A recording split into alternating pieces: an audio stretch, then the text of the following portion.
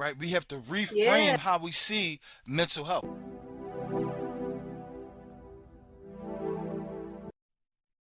Welcome back to the Blck Impact Podcast, where we have real conversations that heal, inspire, and empower.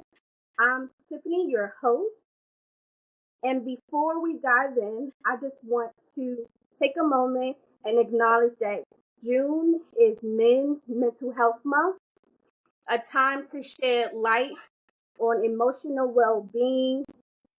Men, especially who often carry so much silence. Today's conversation is all about breaking the silence, speaking out loud, and spaces for truth. So, with that, let me introduce my guest today. Today, I have the honor to sit down with someone who walks in their purpose, even our. Yeah, thank you. I appreciate you for having me here. It's so great and it's so awesome. Yeah, I'm really looking forward to this conversation. So thank you. Thank you so much for joining me today. So Ebenard Alexander, he is a visionary behind Transform and Thrive Solutions and a host of King Corner under Black Men Heal. Yeah. He works in all about helping Black men heal, lead, reclaim their power through truth, vulnerability, and intentional community. Hmm.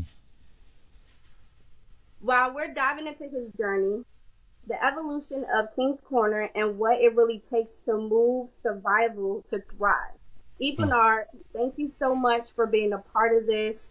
But before we get started, I do want to let you guys know that this episode is powered by Riverside, the platform that you can trust high quality, and remote podcast recording. If you're ready to elevate your sound, start your show, interview guests anywhere, Riverside has you. And now let's get into our conversation today. All right. All right. Yeah. Thank you for that. Thank you for that introduction. Thank you for, you know, inviting me to this space. Especially like how you said, right? This is June is Men's Mental Health Month, right? Also, it's Gun Violence Prevention Month. Mm-hmm. Also, just it's important for us to look at our health. Yeah. Look at our overall quality of life, not just in June, but like every single day. How can we improve and how can we walk and become whole, right? Right. I agree with that. I Hmm. said it was Guns Violence Month. Yes, Hmm. that's very important. Yes. Yes. So you are doing so much amazing job in Thank you. King's Corner and Transform Thrive Solutions. But Hmm. one thing I want to touch on is what gap did you see in their healing space that you felt was called to start these organizations? Well, you know what? Well, one, to be honest, it was from my own healing journey, right? Mhm. Before in a prior life, don't judge me, but in a prior life, like I was very self-centered, very me, drunk, drank a lot, smoked a lot, Mhm. partied a lot, did a lot of self-destructive things and self-harming things.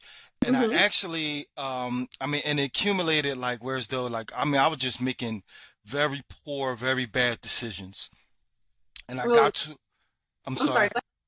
No, and I was gonna say, and I got to a point where as though I was forced to like, hey, either I'm going to change for the better or I'm going to change for the worse.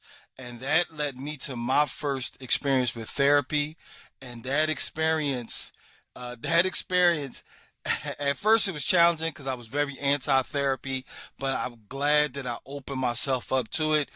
It led me on the path that I'm on now, not only to address my own wounds and soul wounds and tend to my healing. Now I'm able to pour into other men and help them along their journeys as well. That is wonderful. Now, how old were you when this actually started? When you started taking initiative to go to therapy and things Mhm. like that? Yeah, so good question. I was what, about 35 years old. Yep, I was about 35 years old. I was what was that? At that time I was married for Okay. about 5 years. My two older, I had three children at the time, all toddlers. Wow. All toddlers, yeah, and I was taking them down with me.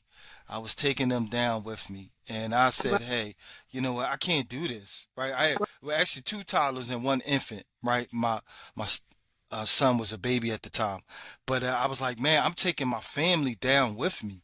I can't Mhm. keep doing this. Um, Right.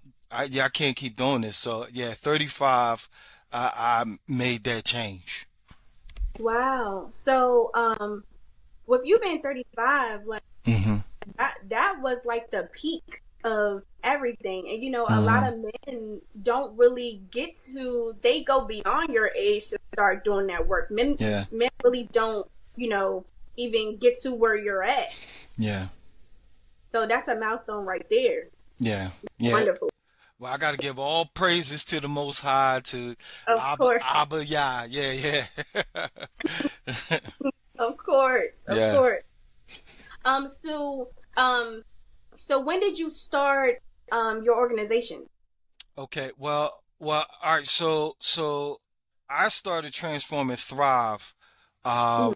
with it in 2024, right? And it was just a accumulation. You know what? I mean, to be honest, my last W-2 job. I was there for a number of years, and they made the mistake of during my last supervision, well, my second to last supervision, I saw the cap, the max in my position that I will make, right? And that depressed me. I said, That was a trigger for you. yeah, You was yeah. like, oh, I having it. I gotta do something else. I gotta do something else. And you know what? And it's already been in my mind, so I already knew that, hey, Mm, you know what? I can't work for people. Growing up, I had a problem with authority, and I come to realize it's not so much a problem of authority, but I have to be in a position of autonomy, right? I don't right. mind partnering and working with people. So yeah, so that's what helped birth Transform and Thrive Solutions. Now, with the work that I do now, I partner up with Black Men Heal, and I Okay. partner up with King's Corner. Black Men Heal was actually started by two wonderful sisters, Mhm. Zakia Williams and Taz Suleiman, right? And Mhm. they started up Black Men Heal, and I actually got involved with Black Men Heal years ago, like during COVID, right? But Okay. I got involved at the time. At the time, I was I mean, look, I hope this is safe space, right? Yes, safe space for being very transparent today. Yeah, all right, awesome. So at the time, I was in the middle. My wife and I, my family, we were separated, right? So at Okay. the time, I was in a dark space. I was trying to help people.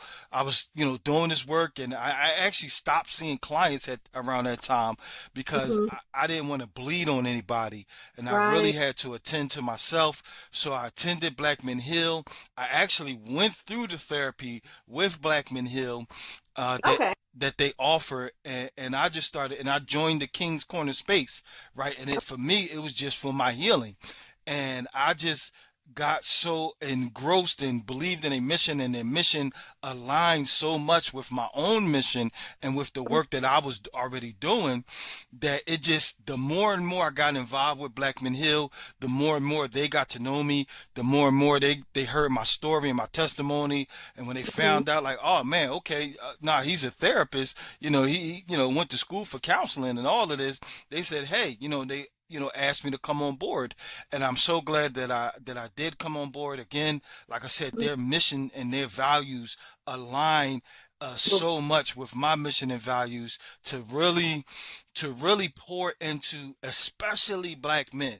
Right now, Right. I work and I help everybody, all type people, all men, families, but I especially um, am intentional about helping and being a change agent for Black men because, like, twofolds, right? One, men, I believe, are the foundation of the family, right? Yes. So you need men. Men, we got to hold the women up. We got to hold our children up, right?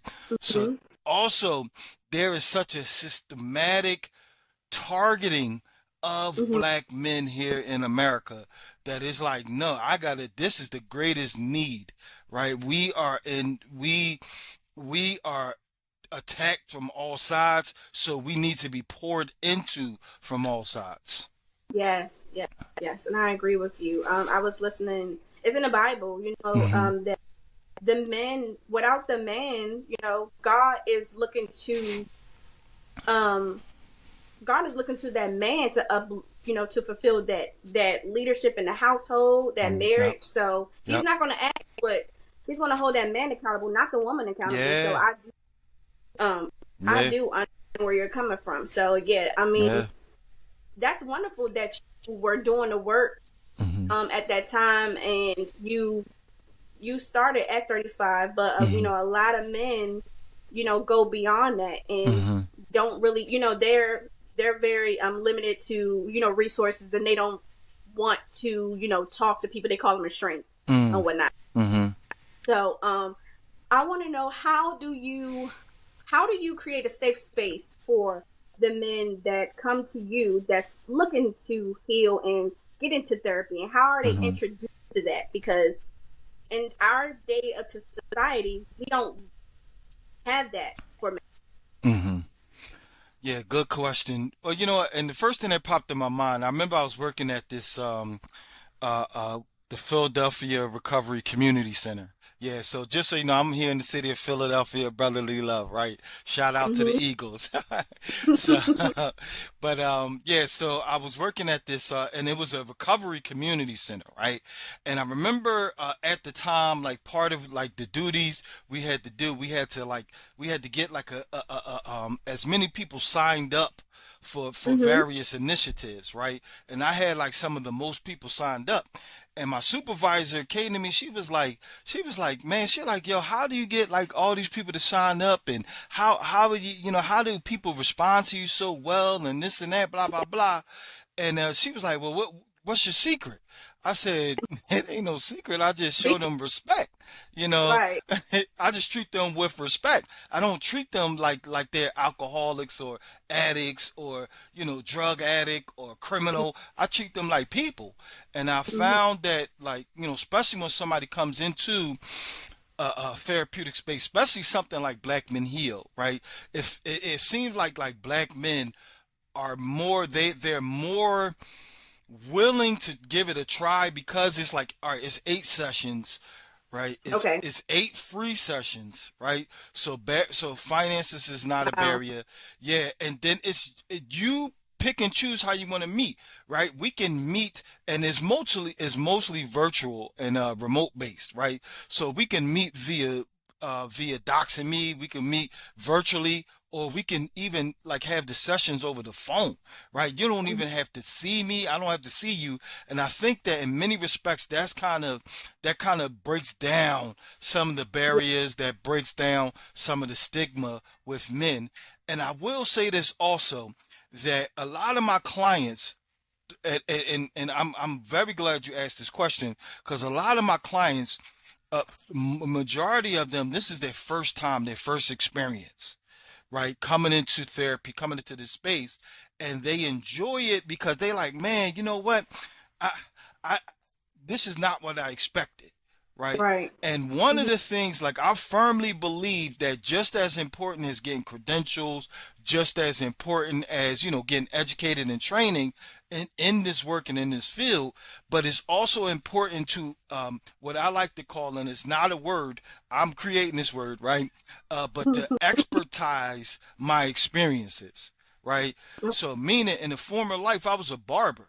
So I use that same experience from when I was a barber and how I put people at ease in the chair and, talk to Yeah. them. So I'm very conversational. The way my style and my approach is very organic, and is Mm-hmm. comfortable, is disarming, and also I'm strength. I'm strength based, so I'm looking for the good. I'm looking for the good in you, right? And Mhm. black men really need that. And black Yeah. men really, appreciate that, because it's like, nah, you know what? All right, let's find the silver lining in this thing. Yeah, you made a mistake, but look at what you gained from this, right? Right. So, and those type of things and those type of approaches, and then just being Right. authentic,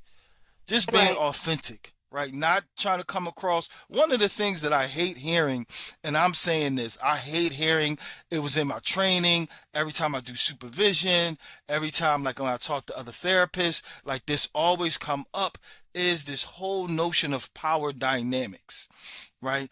I'm not going to set myself up as like, yo, because I'm have this title or position, then I'm up here and you're down here. It's like, Right. nah, like, nah, bro, like, I'm one bad decision the same way you're one bad decision Right. away Right. from whatever, however life takes you. Right. Yep. I completely get that. Mm-hmm. So what ages do you guys start from? Like what's the youngest age you have enrolled in? And you know what? That's good. Uh, well, I know Blackman Hill. All right, so there's a couple of different programs, and you know what? I do kind of want to jump back to the to a previous question a little bit, right? Oh, Something else I'm seeing a trend is a lot of younger black men who are like, hey, nah, I can't carry this. I need some help, yeah. right? And Yeah. I've loved this. This is one of the things like I really like about the younger generations, that they are, I don't even necessarily call it vulnerable, right? I like to see it as open. They're being open, right? Okay. They're Yeah. being open. They're like, hey, you know what? Nah, I seen grandpop, I seen my pop, or I seen this one and that one. I see them going through Yeah. health issues that's due to stress, right? Or I see them, overloading themselves or being workaholics or whatever, right? Because of them not being able to open up and to like really speak their truth. So I Mhm. really give, shout out to the younger generations, right? They're doing this better. But last night I was on this shout out to my man David Whitaker and the Brothers Huddle. And I was in this space, and there was this 17-year-old that joined us last night, right? And he Mhm. was asking us questions. He was like, standing up and like, speaking up for himself. And I Mhm. really commended him. And in some of the work that I've done, that I'm doing, I have seen like younger men like, nah, you know what, I got to change my narrative. I just don't know Yeah. how. Yeah. I feel like I'm in a season of doing that right now. Mm-hmm. I'm not the youngest, but I'm millennial. I'm Mm-hmm. 35, the Mm-hmm. age where you started. Mm-hmm. Isn't that crazy Yeah. how like that's the age where everybody, well, I'm not gonna say everybody because it is, some people that's younger than that age. Mm-hmm. But I'm at the age where well, I started probably when I started when I had a moment of previous to your situation when it came to your job. Mm-hmm. So that's when it like hit me. It was a trigger for me. Like, no, I don't want to continue this. I Mm-hmm. want something better for myself. Yeah. So that's when I started seeking therapy. Yeah. Um, Awesome. but I didn't really have a good experience in therapy. So Mm. therapy is kind of like you have to. It's like a shoe. You got to put on. You got to find the right shoe Yeah. that fits you. Yeah. Yeah. So and that's what I had to go through. Yeah. So I'm in therapy right now, but it Awesome. took me a while to find Yeah. the perfect shoe. Yeah. Yeah. So And, I just think, yeah, go ahead. I'm no, no, sorry. no, because I was just going to jump on that, right? And that's a great point that you brought up, right? A lot of times, like, hey, you may have a bad experience, right? Um, Mhm. and something that people don't realize, like, yo, you can fire your therapist. You can say, Yeah. hey, this is not working out for me, and Mhm. my healing is too important, so I'm going to go to a new therapist or another therapist, Yeah. right? So thank you. Right, but that is important. Like, and I mean, especially like with a therapist. I mean, it's like a barber. It's like a stylist. It's like how you Yeah. said, the analogy that you use, that if I go into the store, or if this and they don't have my size shoes, or if the shoes don't fit me, go to the other store, right? Right. Now, Mm-hmm. again, please don't judge me, right? I'm not this dude anymore. Nah, nah. But I'm appreciative of this boy. But I remember when I used to smoke weed, right? Man, if the one boy didn't have something, I didn't stop. I didn't stop. Mm-hmm. Right? I went to the next one. Right? Now I'm Yeah. not condoning this. I'm not condoning this. Right. Right? But I'm trying to stress the mentality. Like too many times when it's something that's good for us or that's important for us, if the first one don't work out, oh, see, that's why I don't do therapy, or Yeah. oh, that's why I don't go to church, or oh, that's Right. no, no, go to the next, cause you're too Right. You gotta important. find what serves you. You gotta find that whatever fits you. Exactly. Give up. Yeah. Just Exactly. keep going. Exactly. Yeah. Exactly. But I want to touch back to what you were saying about the 17-year-old. I Mm-hmm. feel like our generation Mm-hmm. is becoming more aware of the trauma that happened with our ancestors, Mm-hmm. and we realize whoever wrote this book for us is not supposed to be our life. Yeah. So I think, so I Yes. think that's Yes. why, like, we want to change everything. We don't want to struggle, and we Mm-hmm. don't want to work to die, and Mm-hmm. we don't. It's basically being a slave. Yeah. We don't want to continue on that slave Uh-huh. mentality. You know what Yep. I'm saying? So Yep. I think that's good, and I'm so glad that the younger generation is out here and want to do better.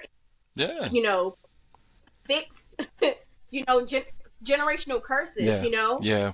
Yeah. I commend that. Yeah. Yeah. Yeah. I mean, and you know what, and one thing, and also, I mean, you know what, and it's not just them, and it's not like, I say this right because Hmm. man, because I definitely can hear like some of the naysayers, like, oh, but I ain't all them young folks, because some of them blah blah blah blah blah blah, right? You know what? Hmm. And I think too many times, I remember years ago, I was in Bible school, right? I was in Sunday, what was that? Sunday morning Bible school, right? Right before service, you in Bible study, right? So I remember my teacher at the time, shout out to Sister Betty, right? Sister Betty Caldwell. I've never forgotten this, right?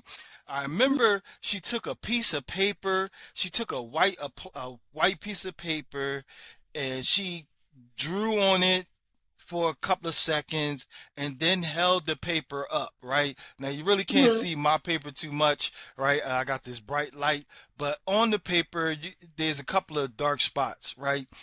And that's what she drew on the paper. And she was like, "Yo, what does this represent?" Right? And she broke it down for us that this paper represents our whole person, right? It represents all of us. These dark spots just represent the bad parts of us.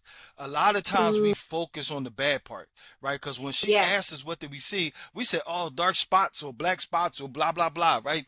But Yeah. we focus on the bad, and I think too many times in our race, in our people, whether it's men, whether it's women, whether it's older, whether it's younger, we focus on the bad and place that on everybody, Yeah. everything, all the time, right? Yeah. And that is not necessarily the case. So, and that's part of the work that you're doing here at Blck Impact Podcast. That's part of the work that I'm doing with Transform Hmm. and Thrive Solutions and with Black Men Heal and King's Corner. It's like, no, you know what? Let's focus on what we can do. Let's focus on Right. what we can change. Let's focus on what is in our control. Right? Let's focus on no, what is our true and full narratives. Let's focus Right. on what is actually right here in front of us, not what's pushed on us, not perceptions that are false. And how do you feel like we can do that as a Black community, not just for in whole? Like, Mm. how do you feel like we can fix that? Man, by being open, by really being open to truth. Well, first of all, let me say this, right? Because I gotta give and this I gotta give shout out again and all due credit to the Most High, to Abba Yah, right? To my Lord and Savior, Yahushua HaMashiach, right? So we gotta go back to the Most High first, right? Whether we gotta go back to God. We gotta go back, right? I think that's key, right? I believe that Father was the creator of us all, So we got to go back to the creator and the manufacturer to understand how we really are supposed to operate, right? So that's one. Two, like really being open to truth, right? Not your truth, not someone else's Right. truth, but the Right. truth, right? Because Right. like even like one of the things like I mean there's things in 2025 that we still carry like oh well black Yeah. you know black people they don't swim. What are you talking about? We got plenty of swimmers, right? It's just not all, right? Yeah. Or like how black men are not fathers. Well, if Right. you look at the CDC reports and the Pew Foundation, they actually found that black men are more of a fathers in their children's lives than any other people or any other race, Yeah. right? But they Yeah. what is low is that they don't marry the mothers, Mother. right? And actually, and Yeah. I was just on another podcast the other day with John Graham and the Upfront podcast, right? And we Hmm. was talking about how actually prior to the 60s, 1960s, Hmm. black men and black women married at 80%, right? After the 1960s, then it dropped down to 30%. Well, during this time period, you got all these you got like the Moynihan report who this report in 1965, like this what present day social work is all based off Hmm. of. So and in the report it falsely said that hey, black men are not needed in the families in order for the families to thrive, and we're going to give supports to families without the black men, right? Without the fathers and the That's husband. how they do. Yeah, That's what society does. yeah, yeah. So, but we really gotta be open to the truth, and then once we have the truth, now what we gonna do about it? What we gonna do with Right. it? How we gonna, and even in the work that I do, like I believe in redemptive transformation, right? Hmm. Meaning like, okay, I'm gonna get mine, I'm gonna get healed and get whole, but it's in order Yeah. for me to give back, so I can give back, so I can help and show Right. you and those are like some of the things that I feel as though we need to start doing. Yeah, I totally agree.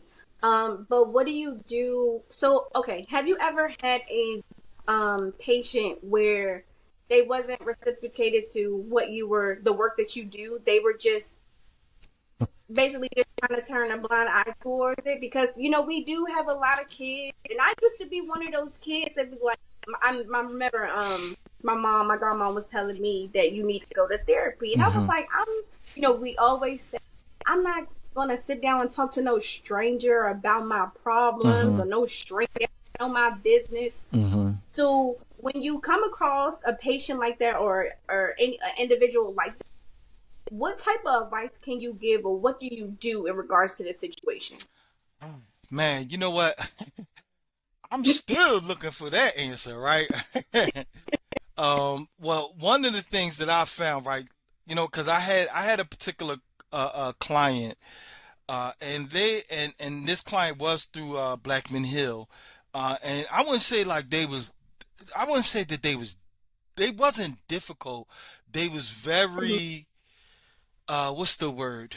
They was very like they very much knew what they wanted, how they wanted, where they wanted, why they wanted, right? So Okay. yeah, I'm not fond of the language to summarize all of I that, understand right? it. Yeah. So particular. They was very particular, right? Okay. So I found, and it was causing problems. And one of the things that I don't like doing, I hate being wasteful of time, right? Because it's like, yo, okay, we only got 8 sessions. Let's get in, let's get the work done, let's do what we need to do. Let's not be Hmm. wasteful of time, right? But because this particular person, because they was particular about what they wanted, the first two Hmm. sessions was like kind of wasteful of time, right? So I had to adjust. I had to, and one of the things that they mentioned was that, well, how they mentioned it and what they said, I took away from it that, you know what, they want attention. They want like all eyes on me, all focus on Oh, me, right? So I was like, Yeah. okay, all right, let me change my approach. And I was more attentive and I was more pronounced with my attention, right? But at the same Mhm. time, I was at the same time, and I took like a slower, I took a slower cadence, right? But and at the same time, I would challenge them not in a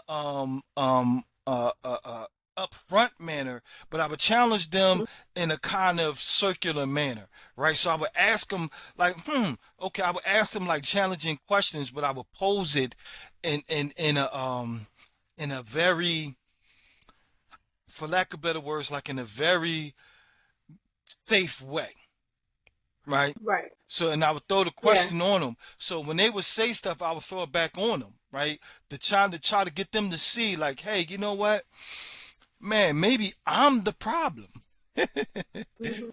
and Sometimes we don't want to admit that we yeah, are the yes, problem. We have a hard time noticing that we yeah, are the yeah, problem. yeah. Because a lot of times, like one thing I believe, right, like in all of our, in especially when we go to therapy, we're looking to address problems and issues, right? Yes. One of the things that's hard to realize that we all have to come to realize, I'm the constant in all of these situations, whether it's good, Yes. whether it's bad, whether it's indifferent. I'm the constant. So if I'm the constant, that's the only person, that's the only thing that I have any level of control over. Right. Mhm. So once I start Yeah. attending to me, because even if they're dead wrong, even if the other person is dead wrong, right? I can only Mhm. control my Pro- response. Right. Yeah. Mhm. Yep. So I've been in a season of that, learning how to address my triggers and Hmm. how I respond Awesome. to my That's triggers. awesome. So yeah, I mean, it's healing is hard because you have to go deep Yeah. and really figure out, not trying to blame the other person. What did I do wrong as an individual, and how can I make it better? But you know what? And with that though, sometimes we got to be careful, right? Sometimes we got to be careful Hmm. because it's not. And yeah, we got to be careful, or we have to be. Context is important, right? Because a lot of Right. times it's not about like what did we do wrong or What to do? what did the other Right. Right. person Right. do wrong, but it is about like what can I do differently, right? And Yes. that's one of the things like I say about like with therapy or going to counseling or talking to your pastor or talking to an imam or talking to a trusted mature friend is Hmm. the importance of a different perspective, right? I heard it explained. We just had a guest host on King's Corner, Deshaun Hmm. Harris. Shout out to Deshaun Harris. But he brought up this analogy of crayons, right? And he talked about Okay. like when you go to like Applebee's or or IHOP, and they give you like this box of 4 crayons, right? Hmm. Versus like Crayola crowns, which I don't know how many I think they got like thousands of different colors now, Yeah. right?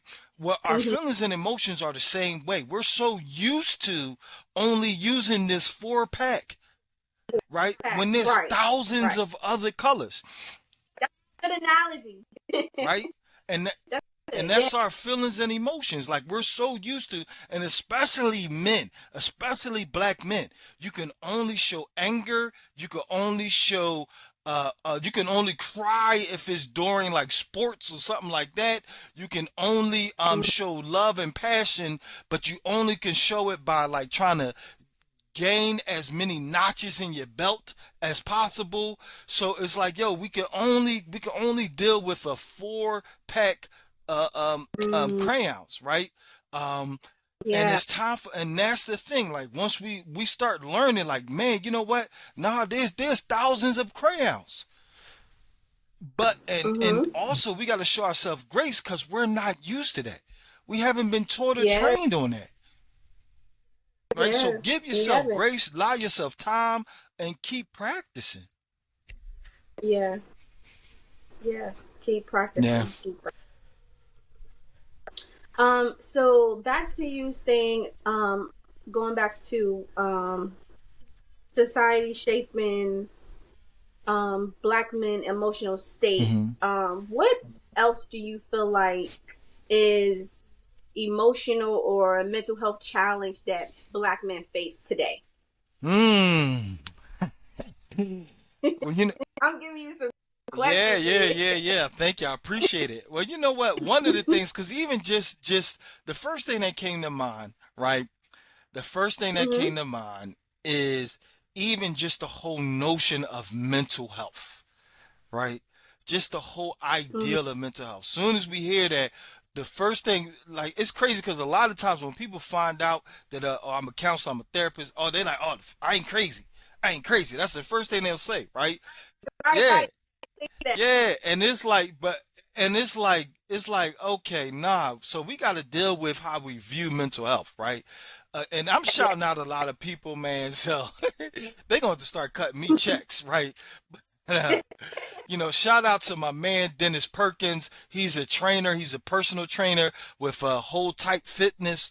And I remember, and I started working out with him, right? And I remember like in that I've been lifting weights, since I was like, man, since I was a teen, right? Or preteens, right? So and I'm like, bro, like the workouts he got me doing, I'm like, bro, like look, I've been lifting weights, like, why is this joint killing me? The stuff that he got me doing. I'm like, yo, I exercise, I do this and that. He was like, cause before you was working out, he said, now you're training. And it's a difference, right? Yeah. And we got into a conversation and he was like, hey, you know what? He was like, it's not so much mental health, it's mental fitness. He was like, we got to get Mm-hmm. fit the same way you get your body fit, the same way you get, you get your health fit. You got to eat right. You got to exercise. You got to lift weights. You got to make sure you hydrate. Well, we got to view our mental health the same way. We're talking about mental fitness. And especially like how we just talked, right? A lot of our feelings and Yeah. emotions, we've never used them before. So those are weak You. muscles, right? So we got to Yes. get with a coach. You got to get with a therapist. You got to get with a counselor. You got to get with a life coach. You Yeah. got to get with a trusted spiritual advisor. You got to get with people that's going to coach you and show you and train you how to use emotional muscles that you've never used before. So I think like that's Before. the Yeah. main thing. That's like, yo, that's the first thing that we got to do, right? I'll say this, right? I'm a trainer. So I do trainings. I have workshops and curriculums, right? In this one particular training, and it's on change and it's on sustainable change, right? I have a picture Mm-hmm. of a Equus Boss 770, right? It's a car. Okay. If you look this car up, it looks like a classic car. It looks like a what's that? A Shelby. It looks like a Mustang, but it's a whole original design, right? This car, the starting price, base price is $250,000, right? A quarter of Mm-hmm. $1 million.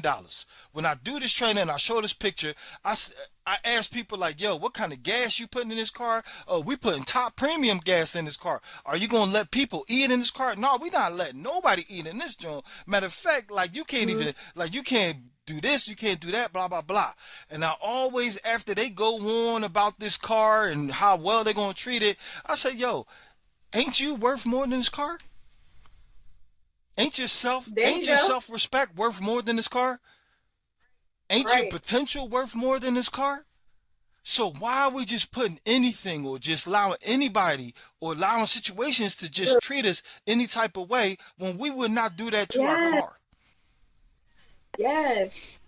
I don't think people look at it like that. Like when you say it like Yeah, that, yeah, now it's stick. yeah. But people don't really look at things like that. Why not? That's part of like we got to reframe, right? We have to reframe Yeah. how we see mental health. Like, man, this ain't like it don't mean I'm crazy. It ain't and I know and Right. I will acknowledge that there are systems that have weaponized that have benefited and profited off of people being ignorant or people being not knowing. And when I say ignorance, I'm talking about not knowing, right? Or people not fully That's, understanding. I'm sorry.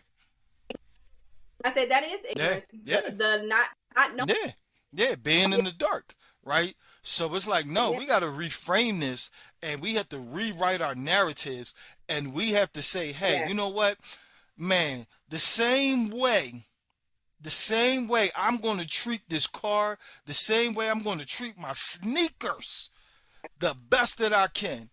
I'm going to treat me the best way Me possible. like I'm going to do whatever it takes, everything positive that it takes, everything yes. healing that it takes, everything that the Most High allows that it takes in order for me to Mm, become the full whole person that I was supposed to be, that I'm meant to be.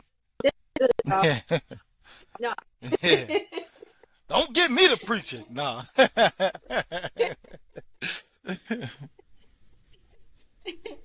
Okay, so my other question is gonna hit deep for Hmm. you. When did you start when did you start noticing that vulnerability was when did you start thinking that vulnerability was good for you? When did you start leading in vulnerability and being able to open? I know you say when you were 35, that's what happened. But I want to get into when did you start being vulnerable Hmm. to be open to things? Well, and I do want. All right, okay, all right. So when I was around 35, right, one of the things that came to my mind was like, hey, you know what?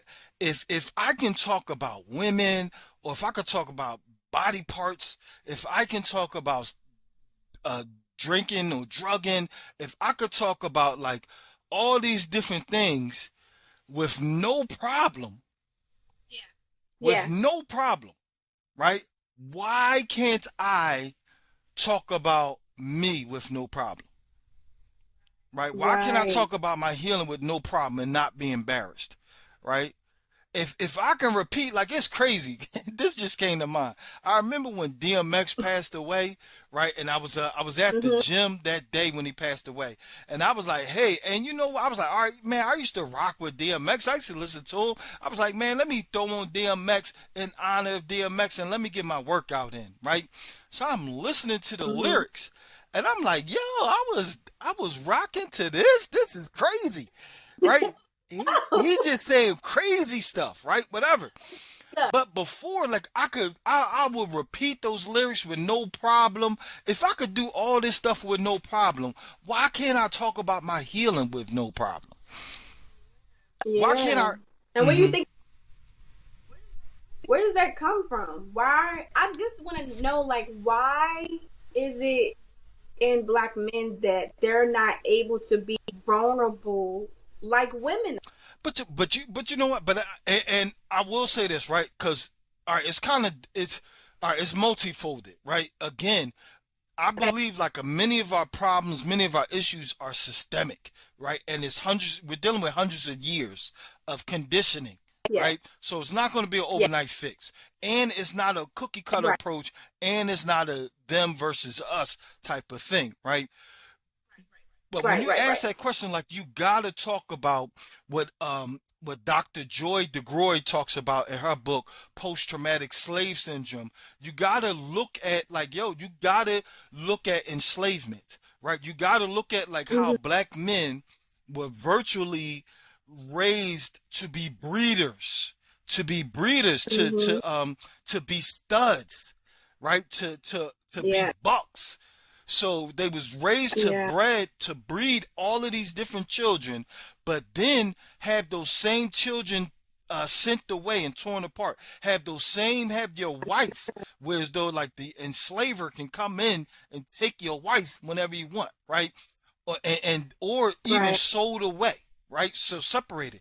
And also, what could have been done to black men? There's a thing called buck breaking, right? Whereas though these white Break it. men, these white enslavers, they will rape and sodomize black men, right? So you got all these different, you got these conditionings, whereas those like, you know what? And then even, I mean, this was recent. I forget the exact details. That, if memory serves me correct, down in Texas, this was like about 3, 4 years ago, where a judge Mhm. ordered a black mom to beat her black son right there in the court, right? So there was certain things, certain ways that we had to be, certain Right. mindsets that we had to have in order to be Yeah. safe, in order to get back home at the end of the night, right? But these, what once served us is no longer serving us, right? Also, you got to Mhm. look at, it was a different time period as well. You got to look at the agricultural age. You got to look at the hunter-gatherer age. You got to look at the industrial age. You got to look at, like, especially like our grandparents. They grew up in a time when you work in the industries and factories for 12, 14 hours a day, right? And then you come home on the weekends, right? But by the time you come home from work, you're not there to talk about your feelings, right? You're not there to, No. you there to get some food, get some sex, and get some sleep, right? And you're doing Yep. this time and time Mhm. again. Well, we're in a different age now, whereas though a lot of work, like 8 hours of work, can be done in 4 hours from a laptop, right? So now we have, we Yeah. have more time, whereas though, like, what, we have more physical presence, more proximity, right? Now, we have more time to sit down and talk, but we're trying to use muscles that we've never been trained, conditioned, or raised to Yeah. use. Yeah. You're completely right. Society messed us up. It's a lot. It's a lot. It's a lot, right? It is a lot. It is a But lot. and this one thing I've come to believe though, right? It's not our Mhm. fault what has been done to Right. us, but it is our responsibility. It is my responsibility Mm. to get our healing, to get my Yes. healing. Yeah. Yeah. So, what type of practices that you do that will promote people to heal? I know you say Hmm. therapy, but outside of therapy, because everybody is not, reluctant to Yeah. therapy. What other practices that you recommend to our Well, listeners you know what, and today? also again, and I do want to say this about therapy, right? Because if you look at the word therapy, Mhm. it comes from a Greek word, therapia, right? If memory serves me correct, right? Therapia, but it means to heal, right? It means to heal. So when you're going to therapy, a good, and this part of like what we were talking about earlier, like a good therapist, right? Yeah. Like it's healing, Hmm. right? So, all right, so don't look at it as like necessarily therapy. Look to like, where can I go for healing, right? Yeah. Healing. Right. So one of the things, and this reason why, like, I love King's Corner. King's Corner is not a therapy. It's not a group therapy. It's therapeutic in the sense of that we have healing conversations. So one of the things that I suggest, like, Right. get in healing communities, right? They're here in the city of Philadelphia. There's these brothers, man. They're connected with Herbalife, but there's these brothers, and they have like workout classes all over the city of Philadelphia, right? And they're talking about their real life experiences. They're talking about like how they used to make bad decisions, but now they're making better decisions, right? And they changed their life. Those are healing communities. I just did this book club. Shout out to Uncle Bobby's here in Philadelphia, and it was in the Hmm. book. I mean, not a book club. Excuse me. It was a writing a writers group, a writing group, right? But we was Hmm. talking about like therapeutic things. We was really unpacking some stuff. So get in communities, right? Get in these spaces Community. where people that's just like you, right? So if you're open, Yeah. and I will say this with vulnerability, right? And also we got to, I believe a reframe got to come with vulnerability, because vulnerability Hmm. conjures up the image of being taken advantage of, right? So a lot of times we don't, Yes. yeah, so we Yes. don't want to be Yes. vulnerable because Yeah, we don't necessarily want to be vulnerable. So they take it as a Yeah, weakness. yeah, we view it as a weakness, right? But if you look up, if you study like any fighting, any and all fighting styles, right? Boxing, like you Mm-hmm. gotta be in a relaxed, open position. You gotta be relaxed. So it's Mm-hmm. not about being vulnerable. It's about being open. It's about being open to new information, open to healing, in an open stance and posture that hey, that you know what? I can go on offense or I can go on defense. I can move side to side, right? I'm better able to adapt and adjust. And that's the position that we want to be in. How can I be in an open, healing position? Also, like, I mean, there's some practical things you can do. Like, yo, I mean, first of all, pick up that Bible. Crack your Bible open, right? Talk to the Most High, pray. Look, ask the Most High, not the pastor, not the deacon. Don't Right. ask them to break it down. Ask the Most High to break this Bible down to you for you, right? Mm-hmm. Journaling, right? Journal. If you're not able to talk to Mm-hmm. somebody, write it out. Get it out, right? Get Yes. it out. That's the important thing. Use your phone. You got a recorder on your phone. Record it, right? If you can't do that, Yeah. also like I tell people like, man, there are hotlines, right? I'm talking about therapeutic Mhm. hotlines, healing hotlines. Whereas though, like, yo, you don't see the person don't see you. 9 times out of 10, you're never ever going to meet this person in life. Utilize those hotlines, Yeah. right? But I man, agree. and start there, and also get out, go for a walk, get Get out out. in nature, Yeah. go by a river, sit down and just listen to the Yeah. birds. Yeah, Yeah. Those are some wonderful tools that you just said. All of those which I do. awesome. Yeah. I really appreciate you for coming on today. I do want to know like what you have Hmm. coming up during this month or in the Yeah. future.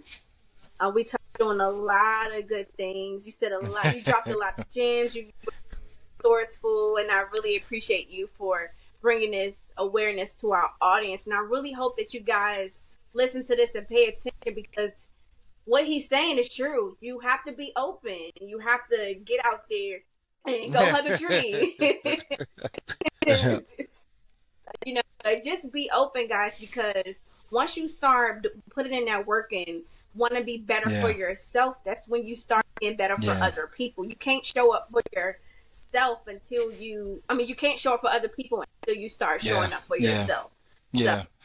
Yeah, yeah. and you know, and I do want to just first of all thank you. You know, thank you for inviting me. Thank you for having me on this program. Shout out to my Lord and Savior Yahushua HaMashiach. You know, shout Yes. out to Abba Yah, you know, creator of us all. And also, you know, a shout out to my daughter, my daughter Bug. Right, I call her Yes. Bug, and I say shout out to her because when I decided to change my life, and I went Hmm. away. I had to go away, right? I went away for about a month to go get myself right.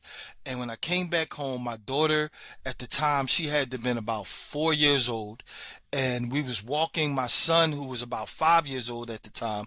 We was walking him to wrestling practice, and my daughter, she would not let my hand go, right? And she stopped. We was Oh, walking, and she yeah. stopped, and she turned, and she looked up at me. She said, "Daddy never let me go." Right? And when she Oh, said that, and I promised to her, I made a promise I would never let you go, right? And a part of me, part of that promise was to keep getting better, to keep growing, to keep expanding and changing my life so I can keep my promise to not only her, but to all of my children. But the Most High has afforded me to keep that promise to my wife, to keep that promise to the kings that I work with, to keep that promise to the queens that I yeah. work with, to keep that promise within the kingdom of Yah, right? To really keep that promise and grow Yeah. and expand upon it. So I just want to challenge all all of us, your listeners, our audience, everybody who views this podcast, like, yo, I'm worth it. And even if I don't believe that I'm worth Yeah. it, I'm going to learn how to believe that I'm worth it, right? because we got Yes. promises to keep. All right, so yeah, so hey, Yes. find me. You can check me out at virtually every Sunday at King's Corner. You can visit Black Men Heal. blackmenheal.org, right, and register and sign up. Also sign up for the free therapy. You can find me at transformingthrive.solutions.com. You can visit there. Um, that's www.transformingthrive.solutions.com. You can find me on social media at Transforming Thrive Solutions on all platforms. You can find me at Mr. E. Bernard on Instagram and Twitter. You can find me at Bernard Alexander on Facebook, and E. Bernard Alexander on LinkedIn. Right. But yeah, check out. I'm working. I'm working with the amazing Michelle Snow. Next week, I'm going to be a presenter at the Free Library of Philadelphia next Wednesday for professional development. Please come on out. It's from 10 a.m. to 2 p.m. at the Philadelphia at the main branch library at 19th and JFK from 10 a.m. to 2 p.m. next Wednesday. I'm going to be leading one of the workshops with the amazing Dr. Tyra Gardner. Please come on out and check it out. But follow me on all platforms. Thank you. Yes. Thank you. Thank you so much for that. And I'll have all your socials drop down Awesome. in the comments. Thank you so much for being a guest today. I really appreciate you for Thank you. coming on. It was so wonderful getting the insight and your Yeah, knowledge thank today. you. And Um, I just want to give shout out so to you, right? Shout out to you again, especially for this amazing platform, Black Impact Podcast, but then also for your openness and you taking ownership on your healing journey, and with all the amazing work that you're doing. So thank you. thank you, thank you, thank you. I also have a workshop coming up, breaking the cycle, as we were talking about generational Mm-hmm. curses. Yeah, so I have a workshop coming up on June 27th. This next Friday at 7 p.m. It's virtual. So if you want to attend, I will drop down in the comments, I mean, in this description for the Eventbrite link, and you can join Mm. that day. But for now, thank you guys so much for tuning into the Black Impact. My lovely guest here with me, Eva Alexander. Thank you Thank so you. much again. And until next time, guys, at the Black Impact, thank you so much. Peace.